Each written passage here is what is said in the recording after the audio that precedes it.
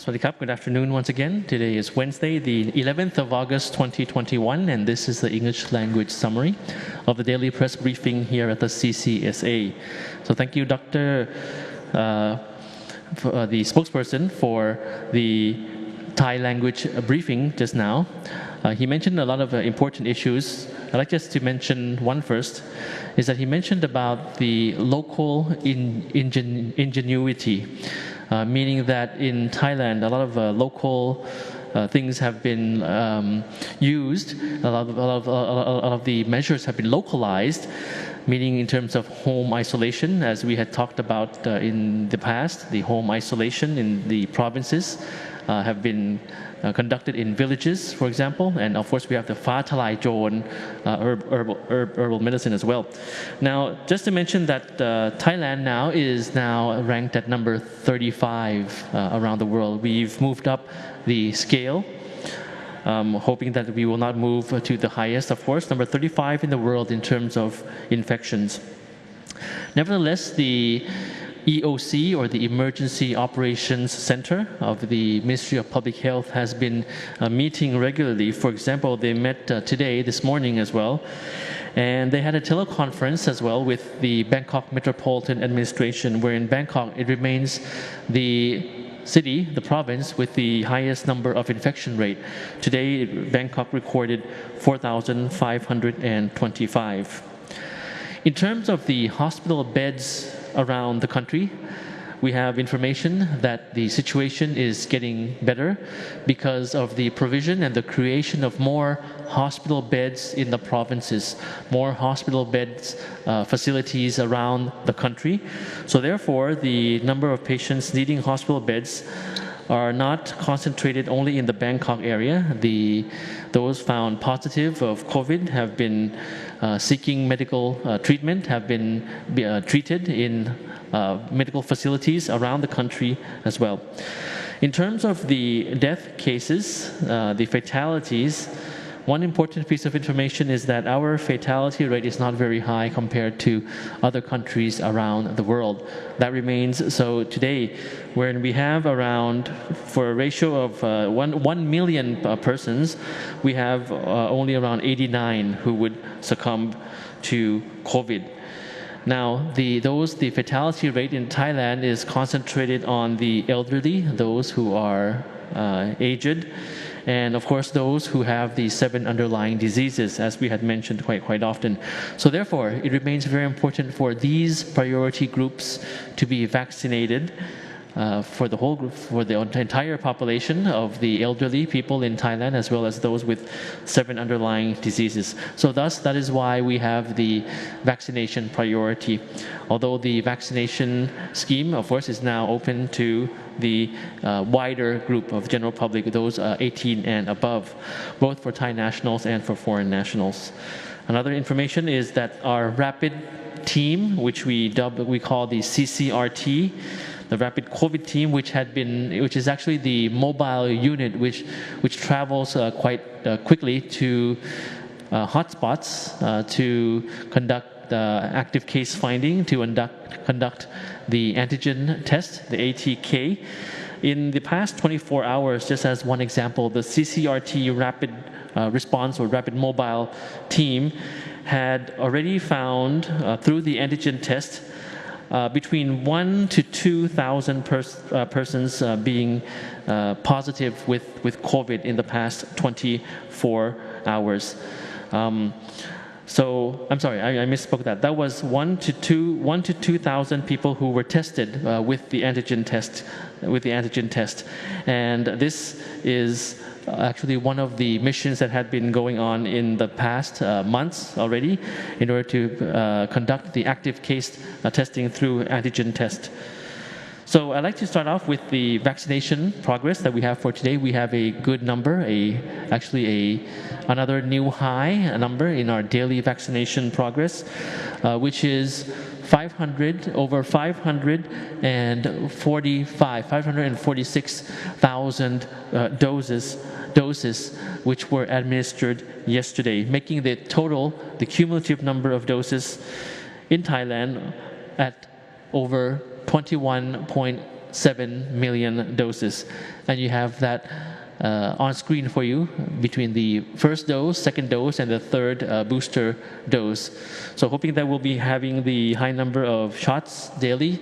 The highest number we had of yesterday was, a few days ago, was 670. 2 days ago was 670,000 doses in one day. So today we have 6,000 doses. For vaccination of foreign residents, that continues, as we mentioned earlier, as of the 10th of August, yesterday. We have a total of 48,016 foreign nationals from all age groups who have registered via the website that we announced, which is expatvac.consular.go.th. This is, of course, the collaboration between the Ministry of Foreign Affairs and the Ministry of Public Health.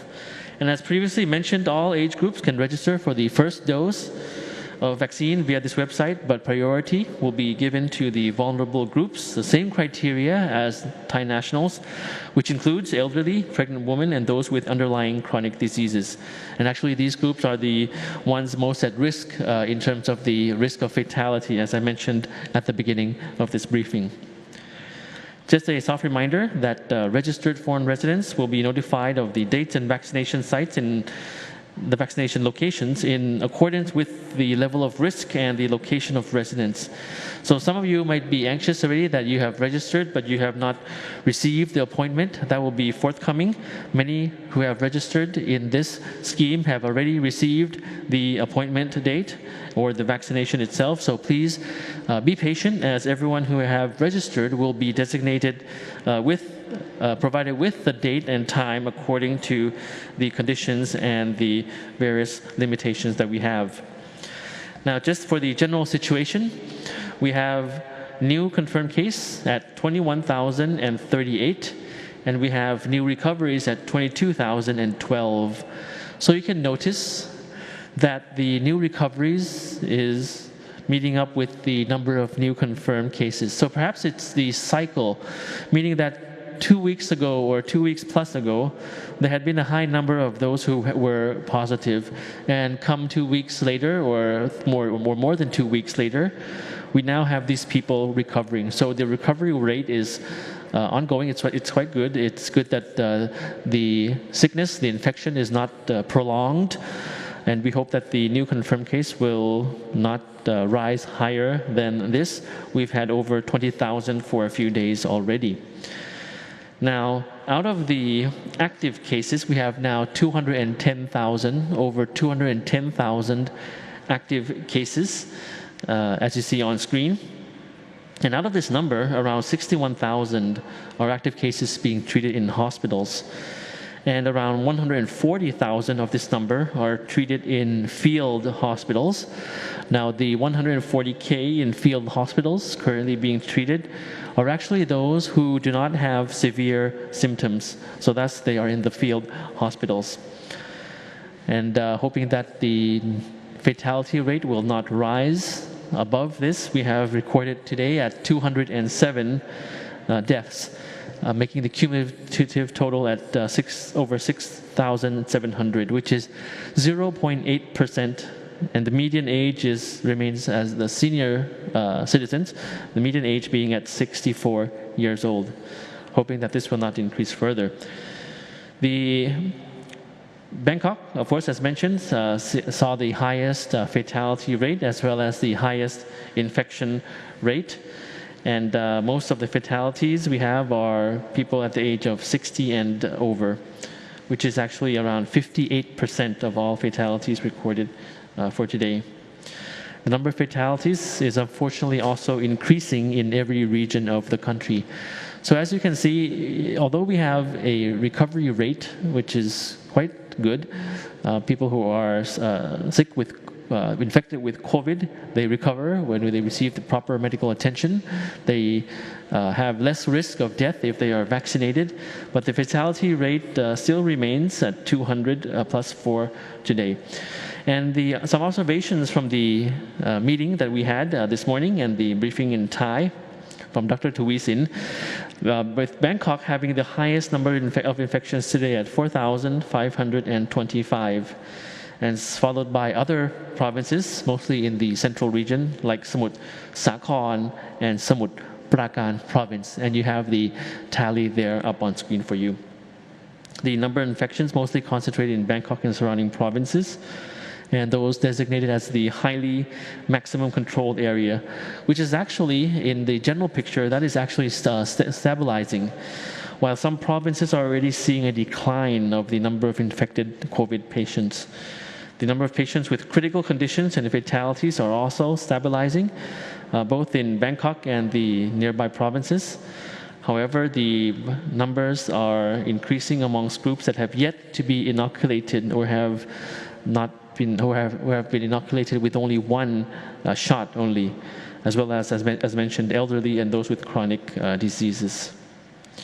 So the next step for the vaccination progress is actually to expand this to a wider number of locations, as well as larger numbers of groups, more people in the elderly group, more people in the chronic disease group, pregnant women, as well as in the future children ages 12 and over with chronic diseases as well. Now for the various provinces, we have new clusters, mostly found in factories, and they will undergo the bubble and seal process to control the spread of the infections. We have, for example, Nakhon Pathom with the highest number of cases with critical conditions, which is 364. And we have 9 provinces that have a death rate of over 1%, including Bangkok. And as mentioned just now, the death ratio for 1 million people for the population of Thailand is 89. Just additional piece of information on the Chula COVID-19 trial, the Thai vaccine, wherein the Faculty of Medicine of Chulalongkorn University announced the closure of the applications for volunteers to participate in this trial. They closed this on the 7th of August, as the number of volunteers have been reached already.